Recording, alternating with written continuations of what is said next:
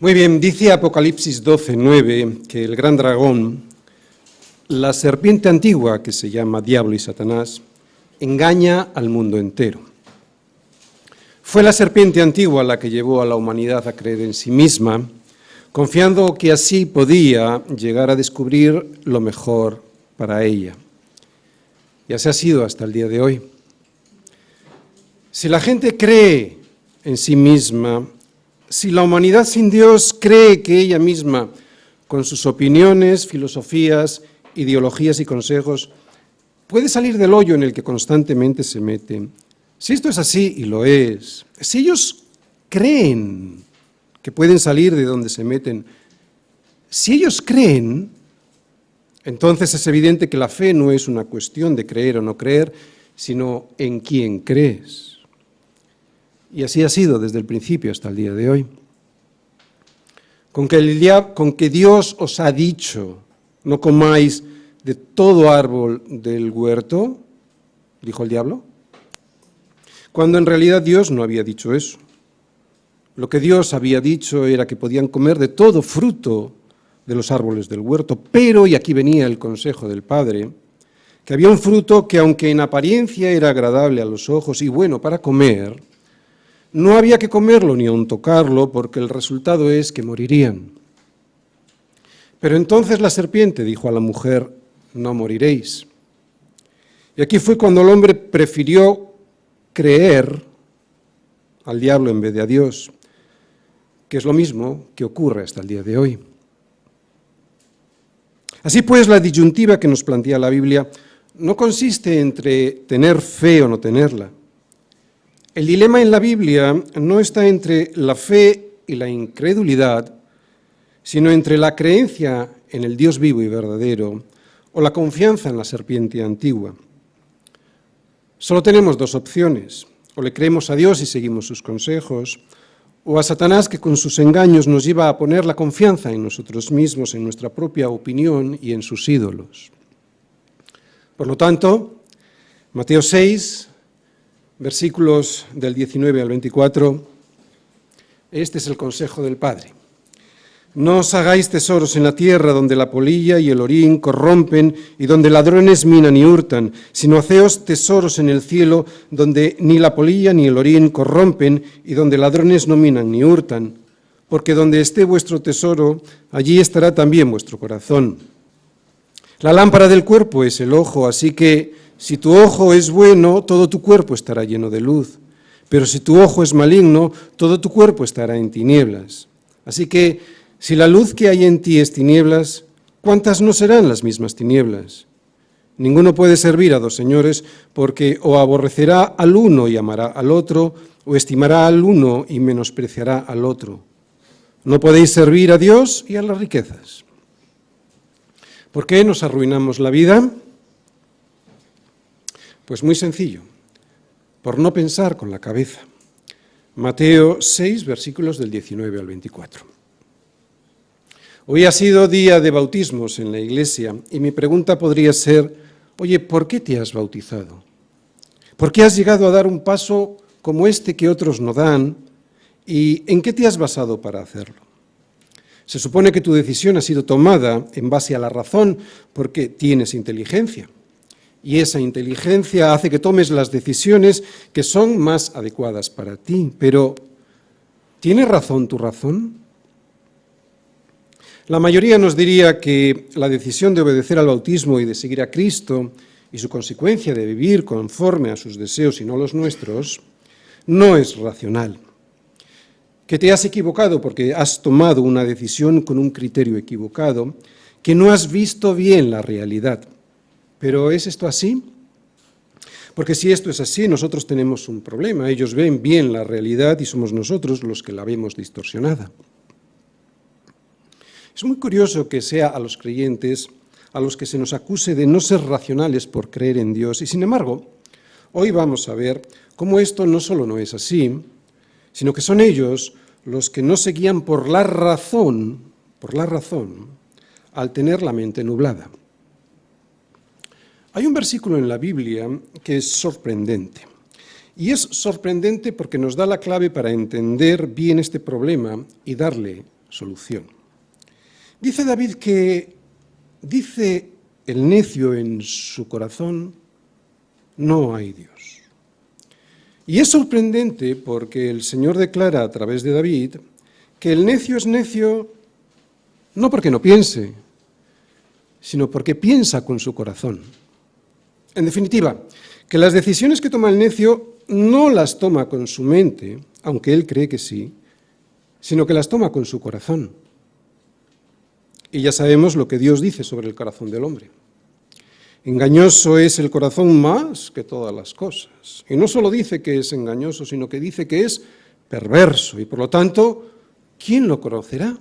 Esto nos lo dice el Señor a través del profeta Jeremías en Jeremías 17:9. Y en el siguiente versículo, en el 10, nos dice que es Dios el único que lo conoce, el corazón.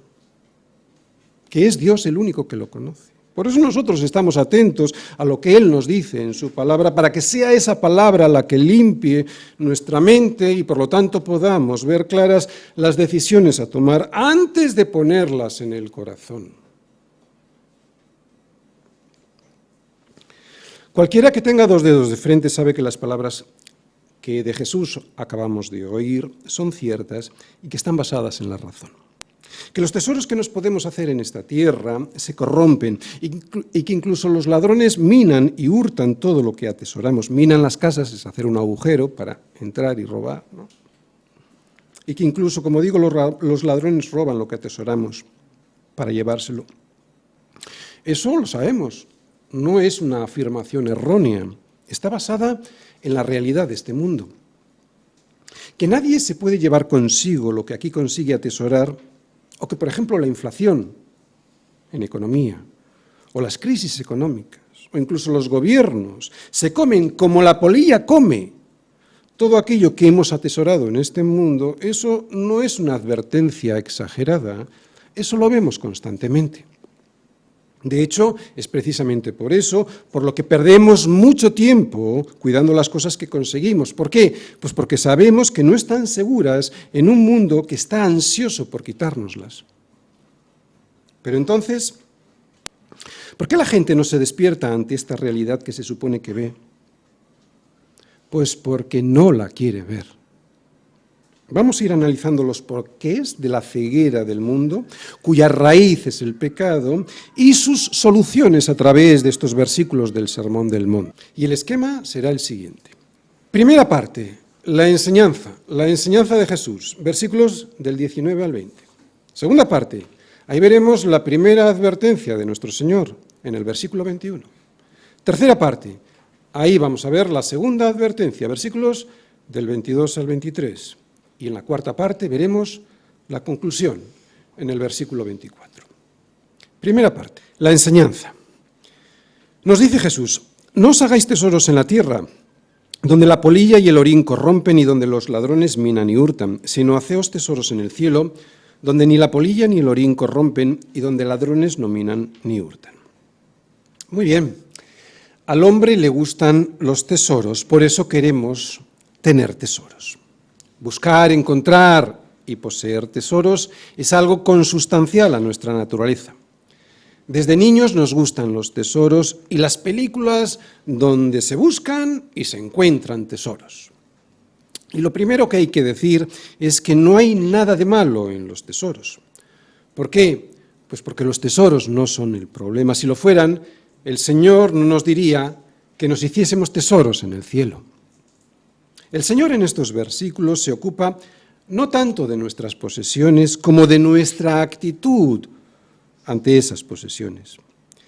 Para el Señor no importa lo que el hombre pueda tener, si es que lo ha conseguido legítimamente, sino lo que piensa sobre sus riquezas y su actitud ante ellas. Por lo tanto, el problema no son los tesoros. ¿Dónde está, pues, el problema? Lo veremos en el próximo versículo, pero os adelanto que el problema está en el corazón. Aunque antes de eso lo que vamos a hacer es vamos a ver varios diferentes tipos de tesoros que existen para analizar después cómo esos tesoros nos pueden afectar a nuestro corazón o no. Porque hay tesoros que afectan a unas personas y hay otros tesoros que acumulan las personas que no afectan a esas personas. Bien, en primer lugar diremos que el Señor no está hablando de dinero, o por lo menos no está hablando exclusivamente de dinero, porque si no, en vez de tesoros hubiese dicho dinero y hubiese condenado a los hombres ricos de su tiempo, y esto el Señor no lo hizo. Lo que sí nos dejó claro es que el dinero se podía convertir en un ídolo para cualquiera que quisiera atesorarlo. Y es que aquí está el problema, en atesorar, en querer atesorar, y ese problema lo tenemos todos, pobres y ricos. Los bienes en esta tierra nos han sido dados para ser utilizados, no para ser acumulados. Esto no quiere decir que no debamos ahorrar ni prever para el futuro. Por lo tanto, un rico que usa bien su dinero y conforme al propósito de Dios, no tiene por qué tener el problema del que habla aquí Jesús. ¿Tiene más posibilidades de padecerlo? Sí, porque es más fácil pasar un camello por el ojo de una aguja que entrar un rico en el reino de Dios. Pero que no le sea más fácil no significa que le sea imposible.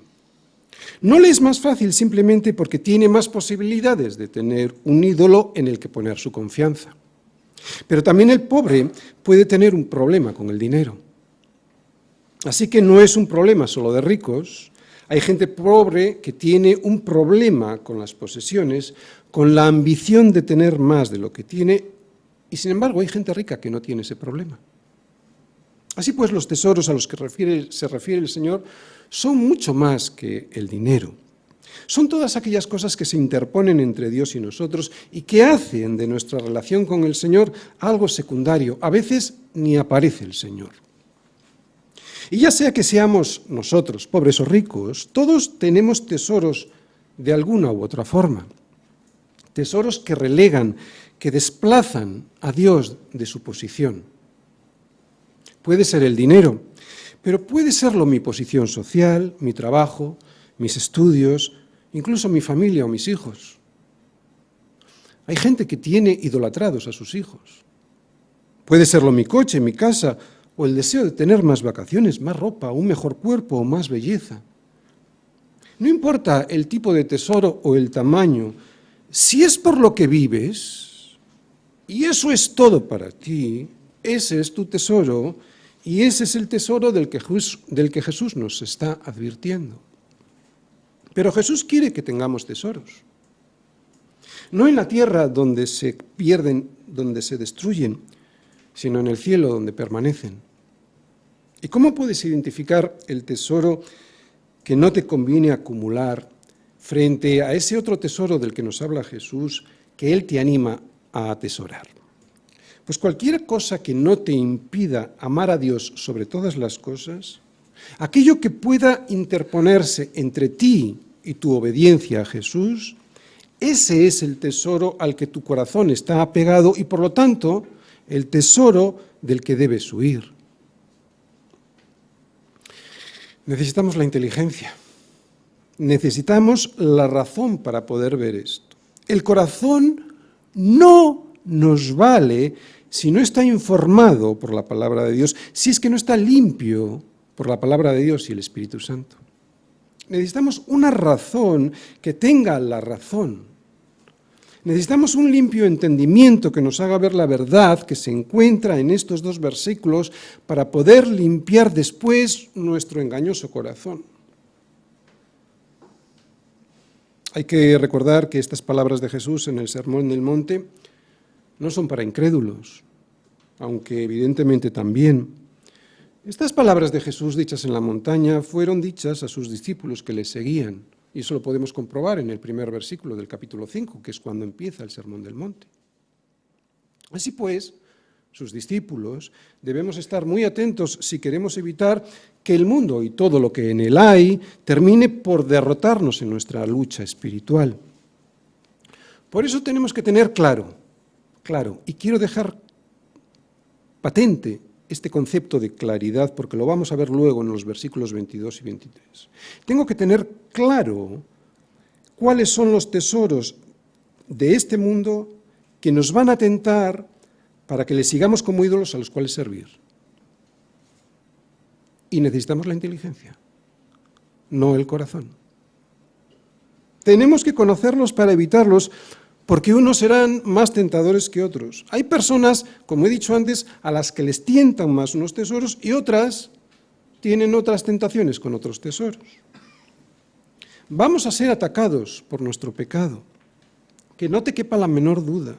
Vamos a querer seguir y atesorar todo lo que hay en esta tierra, debido a los deseos de la carne, a los deseos de los ojos y a la vanagloria de la vida, que no provienen del Padre, sino del mundo.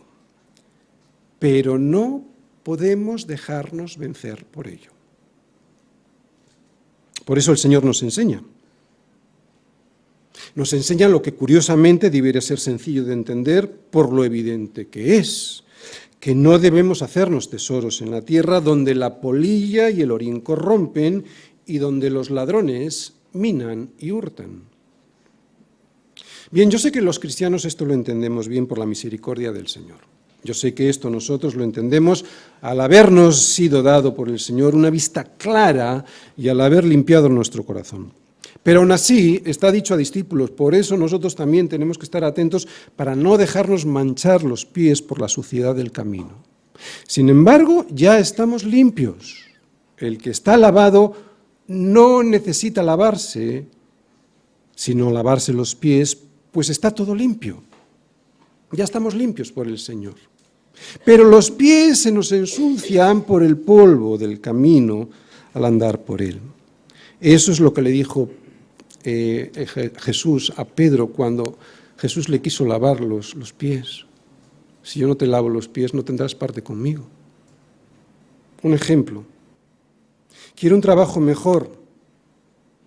¿Está bien eso? Sí, está bien, pero tenemos que ser muy cuidadosos en averiguar el verdadero motivo por el cual lo queremos. Porque podemos estar buscando, sin saberlo, no tanto un trabajo mejor, sino un tesoro en la tierra. Después de haber sido encontrados por Jesús y pertenecer al reino de los cielos, y en este caso agradando a Dios y mostrando su gloria con todo lo que hacemos, o por lo menos intentándolo, ¿verdad? Ahora nuestro interés no debiera ser el de agradar al mundo sirviéndole a Él. Si nos centramos en nosotros mismos buscando un trabajo mejor, o una casa mejor, o un coche mejor, sin averiguar si eso es la voluntad de Dios, nos podríamos estar haciendo tesoros en esta tierra donde la polilla y el orín corrompen y donde ladrones minan y hurtan. Sí, yo creo que la mayoría de aquí estamos limpios, pero tenemos que dejar que la palabra, que es Jesús mismo, siga limpiándonos los pies que se nos ensucian cuando andamos por el camino de este mundo. Y es que somos peregrinos. Somos peregrinos y nos toca caminar por un camino que está lleno de polvo y por eso se nos terminan marchando los pies.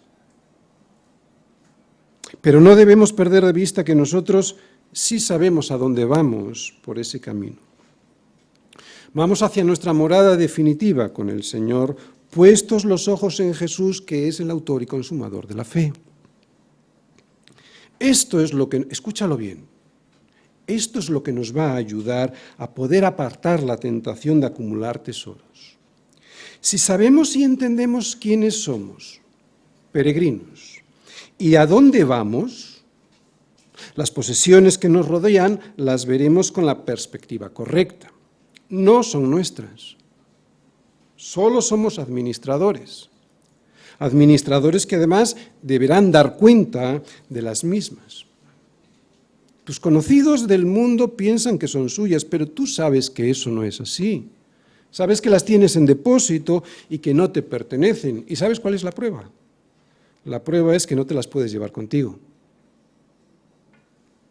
Lo que sí te puedes llevar contigo es la forma en cómo le das la gloria a Dios con esas cosas que Él te ha dejado en depósito, para que le des un uso conforme a la gloria de Dios. Tenemos que tener mucho cuidado con la actitud que tenemos con las cosas que Dios nos ha dejado y cómo las usamos. Cualquier uso o comportamiento que sepamos que le desagrada a Dios debe desaparecer de nuestra vida. Esos serán los tesoros que podríamos estar acumulando, ¿no?, en los cielos. O sea, cómo usamos las cosas y la actitud de cómo lo hacemos, esos son los tesoros que podremos acumular en los cielos, no las cosas. sino el uso que le damos a las cosas y la actitud ante ellas. Ni el dinero ni la falta de dinero me debe afanar, ni el trabajo me debe absorber, ni siquiera el ministerio que tengo o que cada uno de vosotros tiene en el Señor debiera separarme de Dios mismo. Tengo que despegarme de las cosas, lo que no significa necesariamente que las deje, sino que debo darles el uso adecuado y con una actitud correcta del corazón. Otra vez, no se trata de dejar las cosas, se trata de despegarse del afán por poseerlas como tesoros. Para que las cosas, sean las que sean y en la cantidad que sean, puedan darle la gloria a Dios, no deben convertirse en el centro de mi vida. Los bienes no me deben dominar a mí, sino que debo ser yo quien domine a esas cosas, a los bienes. Si esto no es así, debo dejarlos. No sé, un ejemplo. Te apasionan los coches y eso es no paras de comprar cada 3 años un coche nuevo. Eso es un tesoro para ti. Debes dejarlo. Eso no es un problema para ti. Bueno, pues en ese caso no, porque le estás dando un uso conforme a la gloria del Señor, ¿no? Esta va a ser la forma en la que podremos ir haciéndonos tesoros en el cielo.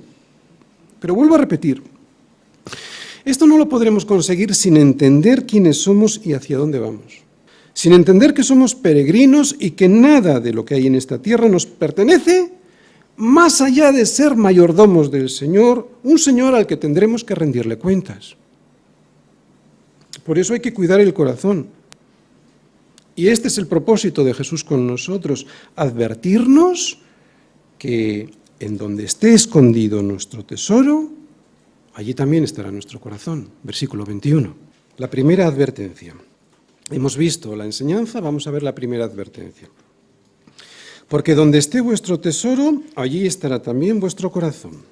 Bien, decíamos antes que Dios nos dio los bienes para usarlos, no para atesorarlos, no para acumularlos. Y que esto no significa que no podemos ahorrar o prever para el futuro. Pero al igual que Israel recibía cada día en el desierto el maná de Dios y no tenía que preocuparse por lo que comerían o beberían al día siguiente, así es como Jesús quiere con nosotros que hagamos, que tengamos confianza en Él, ¿entendéis? ¿Qué pasaba al día siguiente con el maná? Se pudría y se llenaba de gusanos. Si Israel acumulaba el maná de un día para otro, como acabo de decir, se pudría y criaba gusanos. Y esta es la advertencia, que Jesús sabe que el corazón se apega a los tesoros que acumulamos. Y Él no quiere que nos perdamos corrompiéndonos con ellos, al pegarnos a ellos, con las cosas que se pudren. El propósito de la enseñanza es el de advertirnos a todos, pero sobre todo es muy especialmente a nosotros como discípulos, porque esta enseñanza está dicha en el Sermón del Monte a sus discípulos, advertirnos a todos de que todo lo que se deposite en nuestro corazón tenderá a dominarnos. Por lo tanto, si lo que tenemos en nuestro corazón son los tesoros de este mundo, van a ser los tesoros de este mundo los que al final terminarán por dirigirnos. Y como todo lo que en este mundo hay se va a perder, porque no hay nada que vaya a sobrevivir a la polilla, al orín o al ladrón de este mundo, nuestra vida terminará igual que esos tesoros terminen, en la destrucción.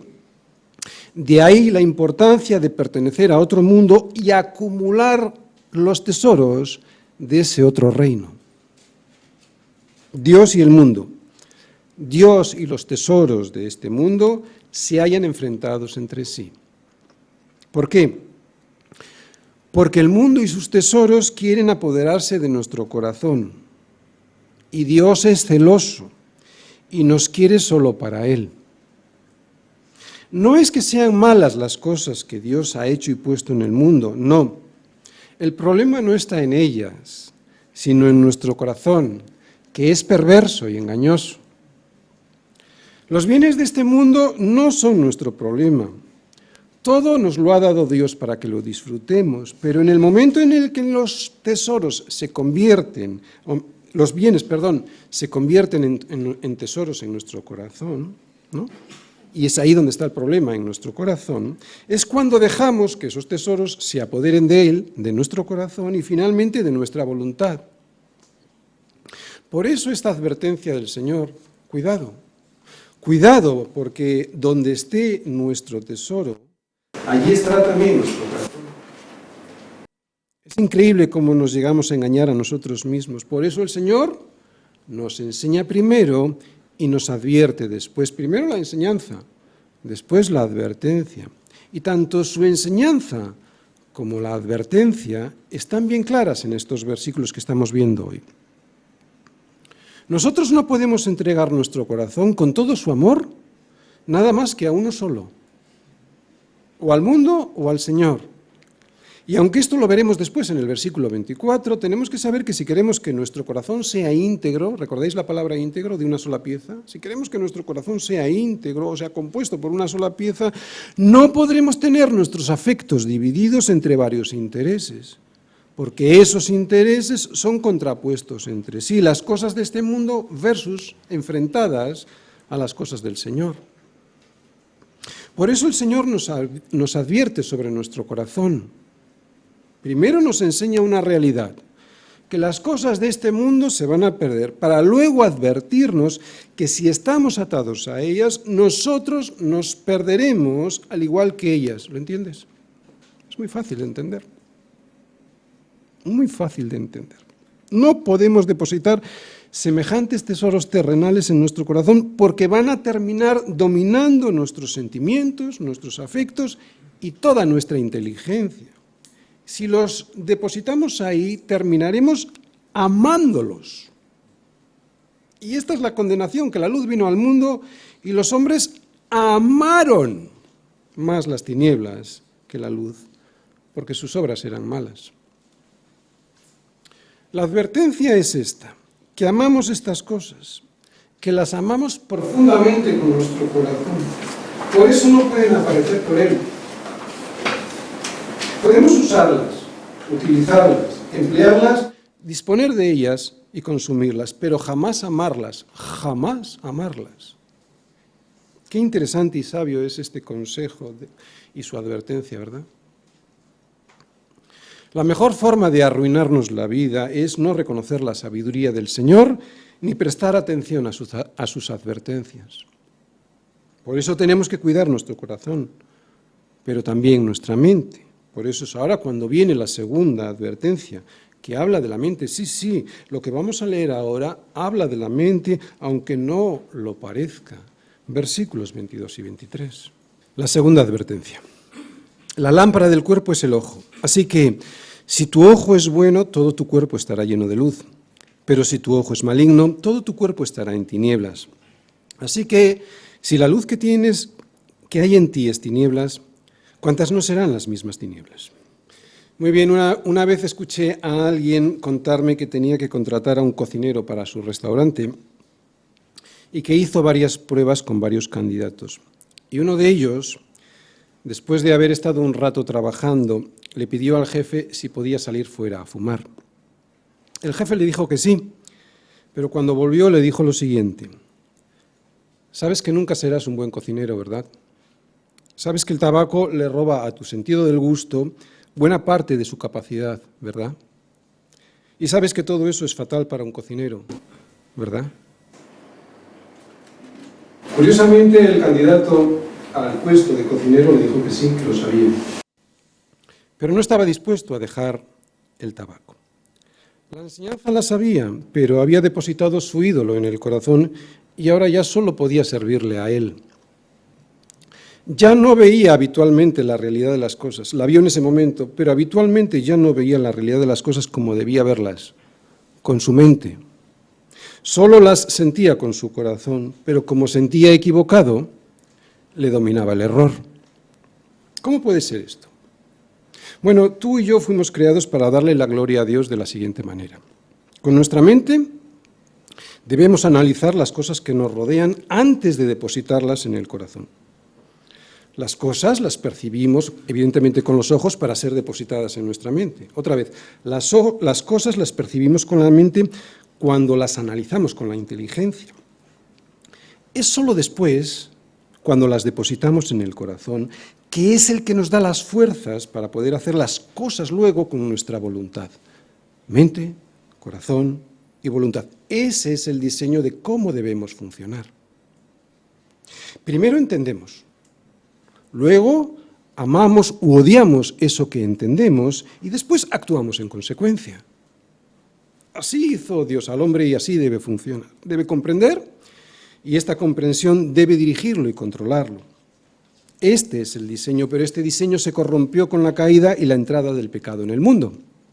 Por lo tanto, y debido al pecado que trajo la caída, este diseño fue pervertido, invirtiendo el orden en el que el hombre debe funcionar para funcionar bien.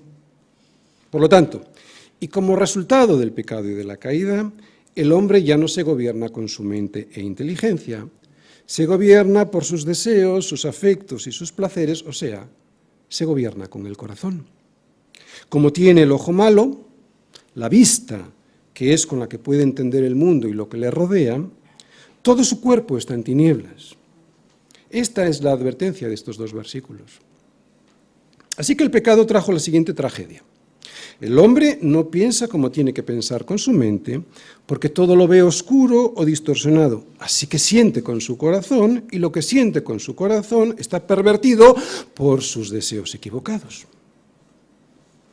Sin embargo, si un hombre tiene su ojo bueno, y el ojo bueno es aquel al que le llega la luz que viene del cielo, puede regirse por la inteligencia, porque ve como tiene que ver, ve como Dios quiere que vea. Por eso podrá tomar sus decisiones, no por lo que siente su corazón engañoso y perverso, sino por lo que sabe. Y lo que sabe está lleno de la luz que le llega del cielo. Un cristiano no toma sus decisiones por lo que siente, sino por lo que sabe de la palabra de Dios. ¿Puede sentir? Claro que puede sentir, pero ahora lo que siente está dirigido por lo que sabe de la palabra de Dios. Sin embargo, aquel que no ve tiene que tomar sus decisiones, claro, por lo que siente. Si no ve, por lo que siente, y eso que siente, como es algo equivocado, al no ser limpiado, al no ser que esté limpiado por la palabra de Dios, como es equivocado, tarde o temprano le llevará a caer. Así que esto es lo que hace la palabra de Dios. Primero, despeja la vista para poder pensar con claridad. Y después, limpia el corazón de los afectos equivocados y perversos a los que estamos inclinados. ¿Te acuerdas cómo empezaba la predicación? Yo preguntaba a los que se habían bautizado hoy, ¿por qué te has bautizado? ¿Por qué has llegado a dar este paso tan importante que otros no dan? ¿Y en qué te has basado para hacerlo? Pues tu decisión es la correcta porque ha sido tomada en base a la razón, no en base a algo que has sentido. Nuestra fe es racional. Debe ser racional y por lo tanto tu razón, que es la razón de Dios mismo, tiene la razón al seguir a Dios y sus consejos. El hombre caído, el hombre no levantado por Dios, en vez de ver la vida con su vista, ve la vida con sus deseos y sus emociones. Está ciego, por eso ve la vida con sus deseos y con sus emociones. Por eso el aspirante a cocinero se quedó, no sin trabajo, porque seguramente lo habrá conseguido, sino que se quedó sin lo más importante, ser un buen cocinero y, por lo tanto, disfrutar de su profesión. ¿Recordáis cómo piensa el necio? Dice el necio en su corazón, no hay Dios. Al necio le domina no la cabeza, sino el corazón. No digo que el necio no tenga mente y que no use la inteligencia, sino que la usa mal porque ve la realidad con todos los prejuicios que acurruca y mima en su perverso corazón. Os voy a contar una historia de la universidad de mi hija pequeña. Ella estudia biotecnología y me ha contado que en las clases de geología su profesora les ha dicho, así, sin que viniera a cuento además, que allí no se trataban temas de diseño inteligente. O sea, lo que estaba diciendo es, aquí Dios ni aparece. Que allí solo se admite la evolución. ¿Cómo puede ser que en la universidad, en donde más abierto se tiene que estar para debatir cualquier cualquier posibilidad de solución a algo que ellos saben que no saben. Diga que esos temas no se tratan. ¿Cómo puede ser que alguien que se cree inteligente diga eso? ¿Sabéis por qué? Porque esa persona busca la verdad, pero no con la inteligencia, sino con los prejuicios que atesora en su corazón. Sabe que si acepta que detrás de todo lo que ve, detrás de todo lo creado hay un diseño inteligente, habrá un Dios y por lo tanto tendrá que tomar una decisión que no quiere tomar. Por eso directamente la rechaza sin discutirla. Ya ha tomado su decisión con el corazón. Por eso el necio dice en su corazón, no hay Dios. Y luego intenta encontrar una razón aparentemente intelectual para justificar el prejuicio que anida en su corazón. Lo hace así porque piensa que no tendrá que rendir cuentas ante un Dios que le demanda una gloria que él no le quiere dar. No se puede ser más necio. Lámpara del cuerpo es el ojo, así que si tu ojo es bueno, todo tu cuerpo estará lleno de luz.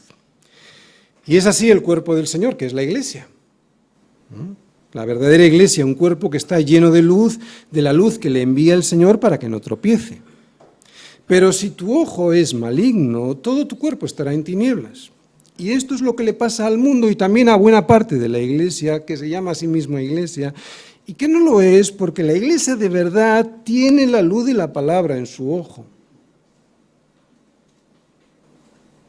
La iglesia no puede abandonar la palabra, porque enseguida se vuelve ciega y va al corazón. La iglesia no puede mezclar la luz con las tinieblas, porque eso es imposible. Si lo hace así, ese cuerpo no tendrá luz y por lo tanto tropezará. Y de ahí viene la conclusión que nos quiere dejar el Señor con su enseñanza, que es imposible juntar la luz con las tinieblas. Versículo 24. Conclusión.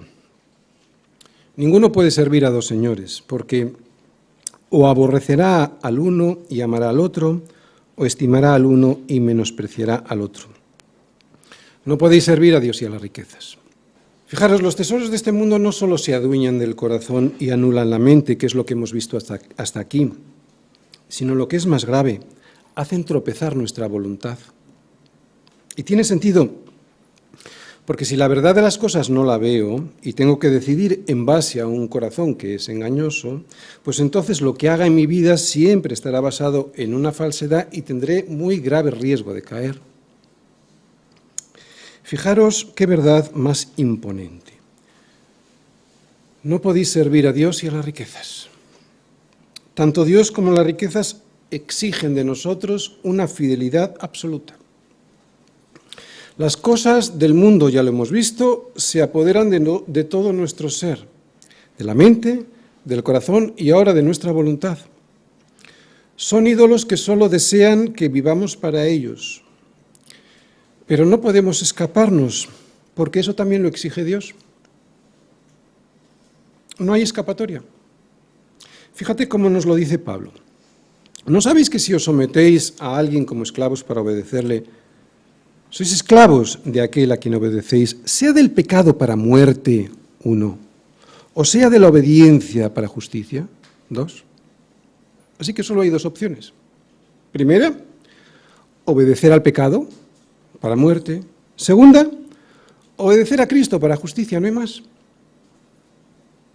Por eso, y para saber si mi corazón pertenece al mundo o al Señor, una buena manera de averiguarlo es preguntándome a quién le sirvo y obedezco.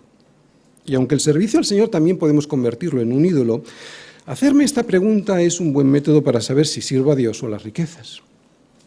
Ya hemos dicho que no podemos entregar nuestro corazón con todo su amor, nada más que a uno solo de ellos, o a Dios o a las riquezas. Nadie puede tener una relación con más de dos señores a no ser que traicionemos a uno de ellos. Yahvé tu Dios es fuego consumidor, Dios celoso es tu Señor. Y celoso no significa que tenga algún problema psiquiátrico con los celos, no. Lo que quiere decir es que no quiere compartirte con los ídolos de este mundo porque Él cuida de ti por tu bien. Por eso es celoso. Qué bueno que sea celoso. No podéis servir a Dios y a las riquezas. Hay algo dramático en este último versículo, algo que la gente se resiste a admitir, y es que Dios es Dios, un Dios absoluto. Esto significa que si no amamos a Dios, le odiamos. Sí, Él no nos deja otra opción. Dios es Dios porque solo se le puede amar u odiar, si no, no sería Dios. No hay término medio, o amas a Dios o amas los tesoros de este mundo. ¡Wow! Es una advertencia para nosotros, ¿eh? Se no está hablando a la gente del mundo, está hablando a sus discípulos. Suena dramático, pero suena dramático porque es dramático. Y es dramático porque importa muy poco lo que pensemos al respecto, en realidad no importa nada. Da lo mismo que lo creas o no. Si no amas a Dios, odias a Dios. Y si odias a Dios, es porque adoras las cosas de este mundo. Termino. ¿Cómo puede ser que la gente sepa que nada de lo que tiene se lo va a poder llevar con él y aún así sigan mirando para otro lado sin valorar la posibilidad de que lo que Dios dice en su palabra pudiera ser cierto y para ello elaboren una teoría propia, cada una distinta de la del otro, para justificarse en su negativa de aceptar a Dios? ¿Cómo puede ser?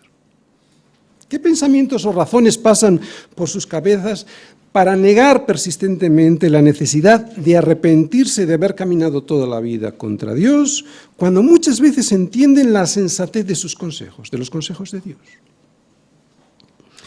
Pues las razones propias, los prejuicios que previamente han depositado en su corazón.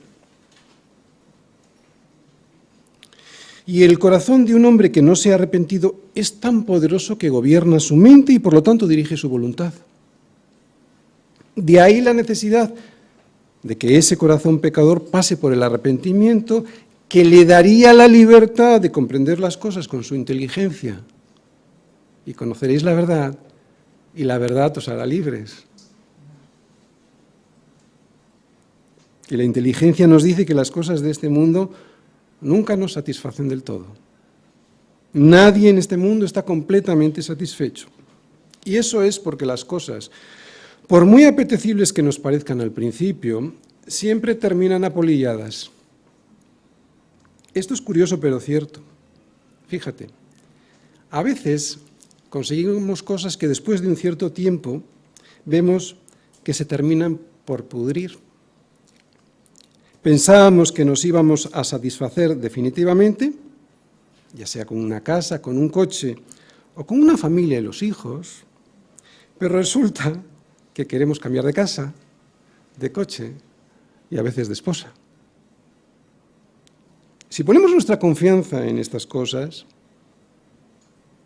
aun siendo todas ellas buenas, si no las usamos conforme a la voluntad de Dios, terminarán corrompiéndose con el tiempo y ellas con nosotros, o nosotros con ellas. ¿Y sabéis por qué no nos satisface esto nunca? Esto nunca nos satisface, las cosas de este mundo, porque nosotros fuimos creados para poner la mira en las cosas de arriba y no en las de la tierra. Pero nos resistimos, incluso nosotros.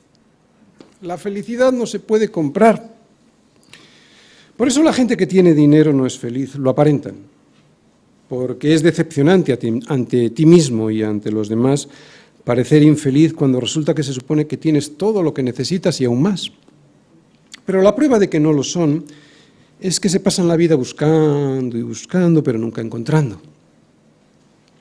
Y es que las riquezas de este mundo no satisfacen el alma y por eso nos cansamos de ellas tan pronto como las conseguimos. Y eso es porque las cosas que se ven son temporales, pero las que no se ven son eternas. Y nosotros fuimos creados para vivir en la eternidad. Por eso esas cosas no nos satisfacen. Por eso tenemos que guardar en el cielo nuestros tesoros, donde ni la polilla ni el orín se corrompen, y donde los ladrones no hacen agujeros para robar y hurtar. No hay allí ladrón que pueda entrar para robárnoslas. Es imposible porque Dios mismo las cuida. Tampoco se pueden estropear, porque allí no hay nada impuro que pueda entrar a corromper nuestros tesoros. Allí no hay pecado, ni nada contaminado que manche, descomponga o lastime lo que allí guardamos, porque nuestros tesoros están guardados por Dios mismo. Por lo tanto, haz tus tesoros allí. No lo digo yo, te lo dice el Señor.